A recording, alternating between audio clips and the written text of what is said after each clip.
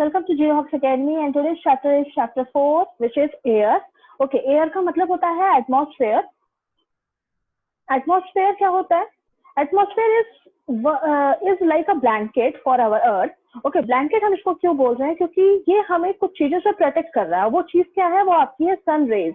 Sun rays आपको पता है कि सन जो है आपका आपके अर्थ से सिर्फ थर्ड प्लैनेट पर आपका अर्थ मिलता है. मीन्स आपका ये जो अर्थ है वो थर्ड प्लैनेट पर तक ही दूर है. तो ये कह सकते हैं कि जो सन का जो डिस्टेंस है वो अर्थ से इतना दूर नहीं है कि जो उसकी हार्मफुल इफेक्ट है वो सन अर्थ को इफेक्ट ना कर सके. लेकिन हम प्रोटेक्ट किसके बेसिस पे हो पा रहे हैं? हमारा जो एटमॉस्फेयर है वो हमें प्रोटेक्ट कर रहा है डिफरेंट गैसेस के फॉर्म पे, या फिर डिफरेंट जो अर्थ के जो कॉम्पोजिशन या स्ट्रक्चर जो कि हम आगे देखेंगे उससे क्या हो रहा है, हमारा जो अर्थ है वो प्रोटेक्ट हो रहा है, जिसकी वजह से हम इसको बोलते हैं it's a blanket, huge blanket, because it is covering from whole. Okay, it is covering in whole our earth. Okay, next is without this blanket or protection we would be baked alive by heat of the sun during day and get frozen during the night. क्योंकि सबको पता है कि हमारे जो सन है उसमें इतनी कैपेसिटी है हीट देने की कि वो क्या कर सकता है कि हमारे जो बॉडी है उसको पूरा जला सकता है. इसके अलावा नेक्स्ट अगर हम देखें कि अगर सन का जो डायरेक्शन अगर अर्थ की तरफ, अर्थ का जो डायरेक्शन है वो सन की तरफ अगर नहीं होगा तो हमारा जो अर्थ का जो वो पार्ट जिधर कि सन नहीं है वो इतना ज्यादा फ्रोजन हो जाएगा कि वहां पर सारा इतनी कड़ी ठंड पड़ेगी कि वहां सर्वाइव करना बहुत मुश्किल हो जाता है. ओके, तो that is the work of हमारा जो अर्थ है, सॉरी एयर जो है, ये इसका पूरा काम है. और सिंपली इनको ये कह सकते हो कि ये क्या करता है कि हमारे जो एयर है वो जो टेम्परेचर है उसको लिवेबल बनाता है जो हमारे अर्थ पर एयर है. ओके, अब आते हैं कि एयर किन किन चीजों से मिलकर बना है, मतलब क्या मिश्रण है एयर में. तो हमारी बेसिकली एयर्स में आपको 9 मिश्रण मिलेंगे गैसों के. 9 टाइप्स ऑफ गैसेस आपको मिलेंगी. Okay, first important gas is your nitrogen, next is oxygen, third is argon, other gases आगे और बाकी कार्बन डाइऑक्साइड. ये आपका दिया कितना परसेंट कॉम्पोजिशन है, मतलब nitrogen is in 78%, as it is oxygen जो है वो 20.9% है. नेक्स्ट इज आर्गन जो है थोड़ा सा ज्यादा मात्रा में मिलती है, और इसके बाद कार्बन डाइऑक्साइड, और सबसे जो आप अदर गैसेस की बात करें जैसे कि नियॉन हो गया, हीलियम हो गया, ये आपका 0.70% के अंडर में ही आता है आपका. ठीक है, तो टोटल आपकी 9 गैसेस हैं. ओके, नाउ नाइट्रोजन की अगर हम बात करते हैं, नाइट्रोजन क्योंकि आपकी मोस्ट इंपॉर्टेंट गैस हो गई कि किस बेसिस पे. पहला नंबर तो that is a plentiful gas, क्योंकि इसमें ये सबसे ज्यादा मात्रा में हमारे अर्थ पर पाई जाती है. अब इसका सबसे इंपॉर्टेंट काम क्या है? We inhale very small amount. हम जो इसका जो नाइट्रोजन का जो पार्ट हम इनहेल करते हैं वो बहुत ही लेस अमाउंट है इन कंपेरिजन ऑफ ऑक्सीजन. जितना हमें ऑक्सीजन की जरूरत है उसके कंपेरिजन नाइट्रोजन बहुत ही कम मात्रा में चाहिए हम लोगों को. बट आती है प्लांट्स की नीड. अगर हम प्लांट की नीड की बात करें तो नाइट्रोजन पर ही आपका जो प्लांट है वो सर्वाइव करता है. बट प्रॉब्लम ये आती है कि जो नाइट्रोजन है वो प्लांट्स डायरेक्टली ना लेकर अब जो हमारे बैक्टीरिया होते हैं उनके थ्रू ये अपने अंदर एब्जॉर्ब करते हैं आपके प्लांट्स जो है नाइट्रोजन को.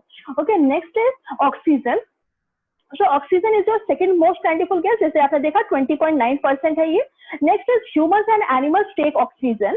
Okay, next is plants produce oxygen through photosynthesis and remains constant. अब ये कैसे constant रहता है? क्या होता है कि आपके प्लांट्स जो है वो ऑक्सीजन के थ्रू क्या करते हैं, आपका फोटोसिंथेसिस प्रोसेस बनता है. फोटोसिंथेसिस प्रोसेस के थ्रू क्या करता है, वो ऑक्सीजन निकालते हैं. अब वो फोटोसिंथेसिस प्रोसेस क्या होता है, जो सन के कांटेक्ट में आकर होता है. साथ में ये क्या करते हैं, ऑक्सीजन जो आपके प्लांट्स होते हैं वो कार्बन डाइऑक्साइड को इनटेक करते हैं, इनहेल करते हैं, और आपके क्या नाम है, इन रिटर्न वो आपको क्या करते हैं, ऑक्सीजन प्रोवाइड कराते हैं. तो ये जो आपका जो बैलेंस है इसका ये बना रहता है आपके ऑक्सीजन के गिव एंड टेक में. ओके, या ये कह सकते हैं इसको आप ऑक्सीजन साइकिल के नाम से भी आप इसको समझ सकते हो. Next is deforestation, disturb balance. अब आते हैं प्रॉब्लम की. यहाँ पर प्रॉब्लम कहाँ आई है, क्योंकि आपसे जैसे बताया कि जो प्लांट्स का काम क्या है, ऑक्सीजन को प्रोड्यूस करना, और डिफॉरेस्टेशन मतलब कि पेड़ों को कट करना. तो अगर पेड़ों को कट करते हैं तो क्या होता है, आपका जो प्लांट्स है वो किसी भी तरह से ऑक्सीजन को बाहर नहीं निकाल सकते, और जिसकी वजह से क्या होता है, बैलेंस जो है डिस्टर्बेंस हो जाता है. नेक्स्ट इज जो carbon dioxide. So carbon dioxide क्या है, जो कि ग्रीन प्लांट्स होती है use to make their food. तो आपके जो प्लांट्स हैं वो कार्बन डाइऑक्साइड की हेल्प से अपना खाना बनाते हैं. बट क्या होता है, और प्लांट्स के थ्रू क्या करते हैं, वो ऑक्सीजन को बाहर निकालते हैं. अब आता है ह्यूमंस और एनिमल्स रिलीज कार्बन डाइऑक्साइड. अब आते हैं आपके जो ह्यूमंस हैं और एनिमल्स के थ्रू क्या होता है, ये कार्बन डाइऑक्साइड किसको मिलती है, आपके प्लांट्स को मिलती है. तो इस तरह से क्या है कि release from human beings and animals and use from green plants and इसकी वजह से क्या होता है, इन दोनों में क्या इक्विलिब्रियम बना रहता है, ये दोनों इक्वल मात्रा में चलते हैं। अगेन जो आपका है रिलीज एंड यूज जो हो रहा है आपका, इस तरह से पूरा बैलेंस चलता रहता है। लेकिन अगेन एक डिसबैलेंस होता है जब क्या होता है कि जिस क्वांटिटी में आपकी इसमें कार्बन डाइऑक्साइड की जरूरत है एक प्लांट को, और हमने प्लांट्स तो कट कर दिए, हमने ट्रीज कट कर दिए, अब क्या है साथ में हम क्या करें, बर्निंग फ्यूल्स, मतलब क्या हम फ्यूल्स को जला रहे हैं, जैसे कि हमारा कोल हो गया, पेट्रोलियम हो गया, तो इनको जब हम बर्न करते हैं तो उसकी वजह से क्या होता है, CO2 बाहर निकलता है। और जब ये CO2 उस मात्रा में निकल रहा है जिस मात्रा में इनहेल नहीं हो पा रहा है प्लांट्स के थ्रू, तो ये हो जाता है आपके डिस्बैलेंस क्रिएट कर देता है। तो सो ये हो गया आपका कॉम्पोजिशन ऑफ एयर। बाकी अदर गैसेज जो है इन तीनों के कंपैरिजन इतनी इंपॉर्टेंट नहीं है, but yes they are important in other aspects. Okay, next is here this is the some data, और ये कह सकते हैं कट ऑफ है आपके जो न्यूज़पेपर्स की है, जिसमें कि एक इश्यू बना है, that is the global warming. Okay, अब ग्लोबल वार्मिंग क्या है जो अभी आपने पहले पढ़ा इसके बारे में, कार्बन डाइऑक्साइड के बारे में।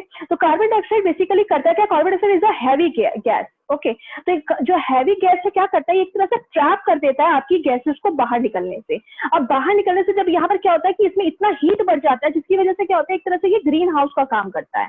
ओके, ग्रीन हाउस का काम कैसे कर रहा है, क्या कर रहा है कि ग्रीन हाउस बेसिकली क्या होता है, पहले हम ये समझ लें। अगर आपका जो ऐसे एरिया जहां पर आपको सन प्रॉपरली नहीं मिलता, जैसे कि आपके हो गए कोल्ड एरिया हो गए आपके, जहां पर सन डायरेक्टली नहीं मिलता, जैसे लाइक आपका जहां पर ग्लेशियर्स बहुत ज्यादा होते हैं, कोल्ड प्लेसेस जो होते हैं, उसमें क्या होता है इस तरह से घर हाउस बिल्ड किया जाता है, जिसके जो ग्लासेस है वो क्या करते हैं, ग्रीन कलर के बनाए जाते हैं। और ये ग्लासेस क्या होते हैं, आपकी जो अंदर प्लांट्स उगाए जाते हैं, उन प्लांट्स पे क्या करते हैं, मैक्सिमम हीट एब्जॉर्ब करने की इसमें क्षमता होती है। जब हम किसी ग्लास पर देखेंगे, कभी भी कोई डार्क ग्लास होगा, आप देखेंगे जनरली अगर उसको बंद करके पूरे एरिया में रख दिया जाए तो उस एरिया में हीट बहुत ज्यादा होगा, मीन्स हीट एब्जॉर्प्शन की क्षमता जो होती है उसमें ज्यादा होती है इन कंपैरिजन जो इसके आसपास का जो एरिया है। तो इससे क्या होता है कि ये वहां पर एक मेथड यूज किया जाता है जिसके थ्रू वहां पर प्लांट्स को ग्रो किया जाता है इस हीट के थ्रू, जो कि जो सन जो मिल रहा है, थोड़ी बहुत जो भी रोशनी मिल रही है, तो क्या होता है इसमें मैक्सिमम हीट एब्जॉर्ब किया जा सकता है। That is your green house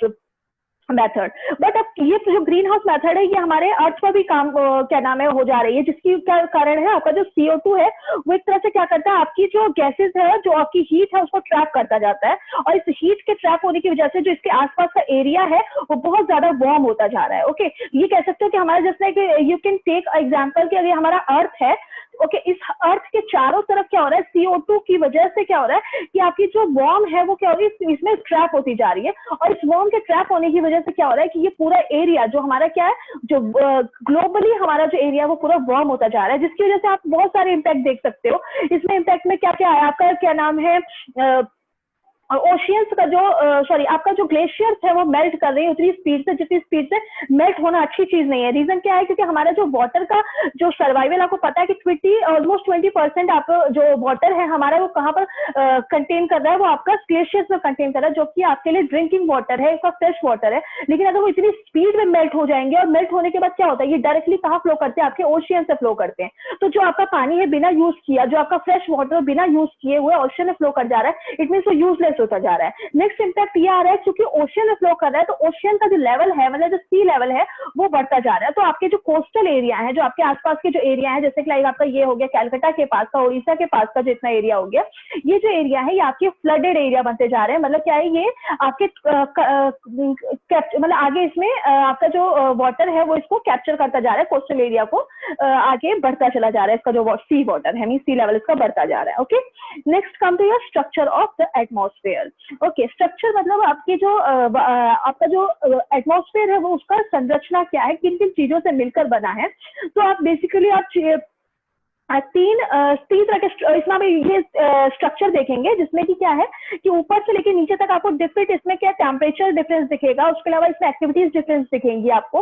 तो किस किस तरह का स्ट्रक्चर है, बेसिकली आपको है 5 स्ट्रक्चर्स आपको देखने को मिल रहे हैं। That is your troposphere, stratosphere, mesosphere, thermosphere and exosphere. Okay, अब इनका देखिए जो इनका हाइट भी दे रखी है, अब इनका अलग अलग एक्टिविटीज पर हम थोड़ा ध्यान दें। तो फर्स्ट आ जाता है आपका ट्रोपोस्फेयर की अगर हम डिस्कस करें, तो ट्रोपोस्फेयर का जो मेन एक्टिविटी है, अभी कह सकते हो कि इसका एवरेज जो हाइट है वो है आपकी 13 किलोमीटर कह सकते हो, क्योंकि इसका जो हाइट है वो इक्वेटर पे थोड़ा डिफरेंट होता है और पोल्स पे थोड़ा डिफरेंट होता है। मतलब ये कह सकते हैं इक्वेटर पे इसकी हाइट ट्रोपोस्फेयर की थोड़ी ज्यादा होती है इन कंपैरिजन आपके पोल्स की बात करें अगर हम। ओके, पोल्स पे जो आपके ट्रोपोस्फेयर है उसकी कह सकते हो आपकी हाइट इसकी नील होती है। ओके, और इसके अलावा आप ये देख सकते हैं कि इस ट्रोपोस्फेयर में अगर हम और देखें तो इसमें क्या है, आपके जितने भी वेदर फेनोमेना होते हैं, वेदर फेनोमेना की बात हो रही है जैसे कि आपके रेनफॉल्स हो गए, रेनफॉल्स के अलावा आपके हो गए फॉग, ओके, साइक्लोन्स जो होते हैं आपके, हेल स्टॉर्म्स जो होते हैं, ये सारे आपके ट्रोपोस्फेयर की एक्टिविटी है। मतलब आपके जितने भी वेदर फेनोमेना होते हैं वो इसी हाइट तक फैला रहता है। ये कह सकते हो कि आपके जो क्लाउड फॉर्मेशन होता है वो आपको बेसिकली इसी हाइट तक आपको देखने को मिलेगा। ओके, और साथ में इसकी एक स्पेशलिटी और है कि जब आप ट्रोपोस्फेयर में हैं, ट्रोपोस्फेयर मतलब जो वो पार्ट जो कि आपके अर्थ से, मतलब जो आपका लैंड सरफेस है उससे क्या नाम है 13 किलोमीटर तक का ऊपर एरिया है आपका ट्रोपोस्फेयर। इसकी खासियत यह है कि जब तक आप ट्रोपोस्फेयर के पार्ट पे हैं, मतलब क्या जब तक ट्रोपोस्फेयर में वेंडर कर रहे हैं, आप इसके जाते जाते मीन जैसे जैसे आप हाइट पर जाते हैं तो इसमें क्या होता है, टेम्परेचर जो होता है वो आपका घटता चला जाता है। मतलब सिंपली कह सकते हैं कि जैसे ही आप माउंट एवरेस्ट पर जाएंगे तो आपका जो टेम्परेचर है, जब आप माउंटेन पीक पर हैं तो आपका जो टेम्परेचर है वहां पर इतना ज्यादा लेस होता है, जिसकी वजह से आप देख सकते हैं कि यहाँ पर ग्लेशियर्स होते हैं बहुत ज्यादा। Okay, next is your stratosphere. Stratosphere troposphere and stratosphere को एक मार्जिन है जिसको कि ट्रोपोपॉज से करते हैं।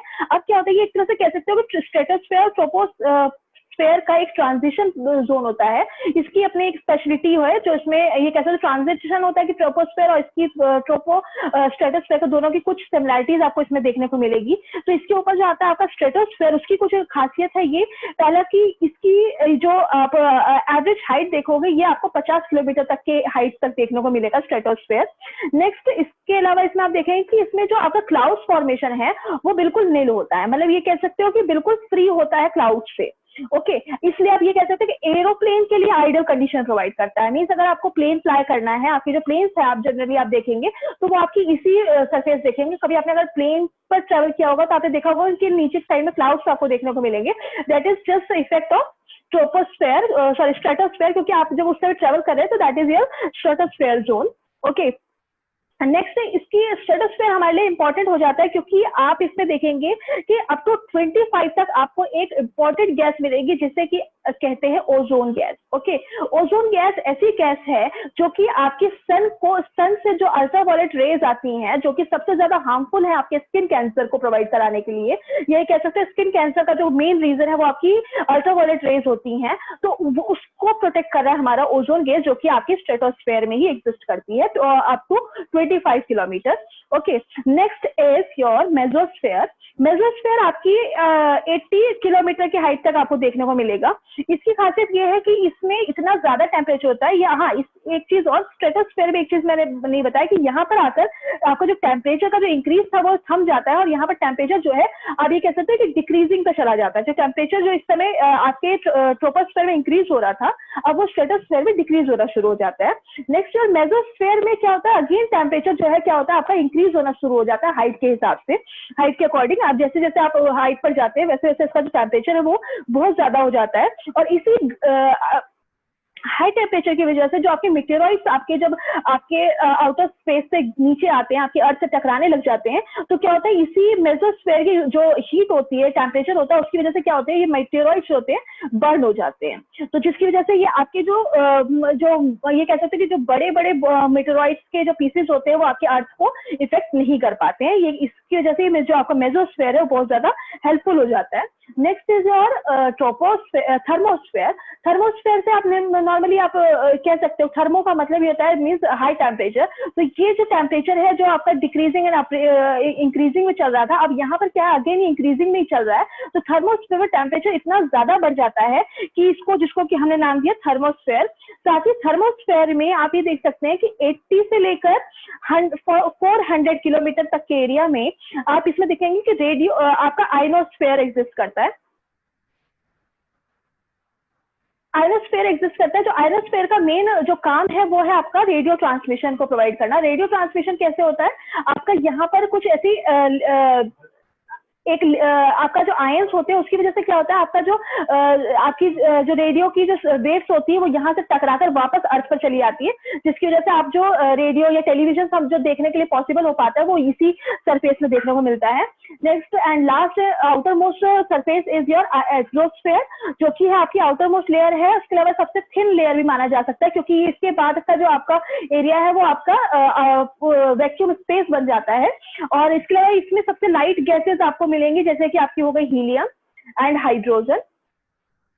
ओके, ये आपकी दो इंपॉर्टेंट जो बहुत ही लाइट गैसेस है जो आपको एक्सोस्फेयर में देखने में मिलेगी। So that is your whole the structure of the atmosphere.